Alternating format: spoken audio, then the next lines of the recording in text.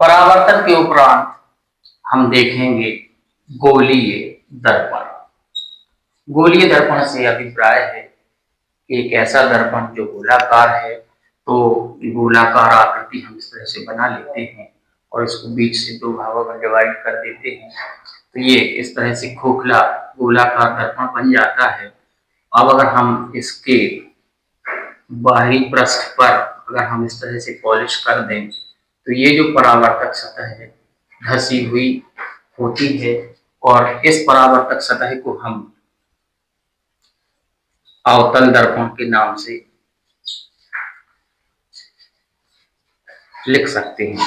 और दूसरी तरफ हम इस दर्पण में पृष्ठ भाग पर पॉलिश कर दें, तो इसकी परावर्तक सतह उठी हुई दिखाई देती है, उभरी हुई दिखाई देती है, जिसे हम उत्तल, मतलब जिसका तल कैसा हो, उठा हुआ, जिसका तल धसा हुआ हो वो अवतल दर्पण, जिसका तल उठा हुआ हो वो उत्तल दर्पण।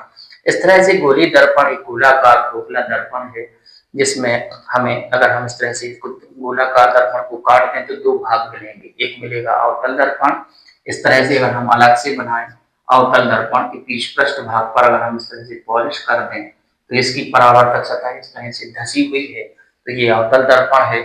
और इस वाले हिस्से को अगर हम देखें, तो ये इसके पृष्ठ भाग पर पॉलिश कर दें, तो ये तल उठा हुआ है, अवमानक धसा हुआ, उत्मानक उठा हुआ, तो ये उत्तल दर्पण है। इसका हम नामकरण कर दें MPN, MPN।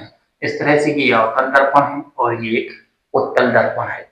दर्पण के प्रकार चूंकि तीन हैं, एक समतल दर्पण, मतलब जिसकी परावर्तक सतह बिल्कुल समान हो, एक समान हो, वो कहलाता है समतल दर्पण।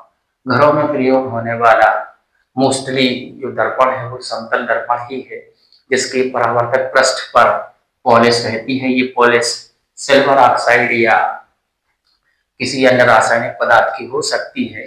दूसरा दर्पण है अवतल दर्पण, जिसकी परावर्तक सतह धसी हुई होती है।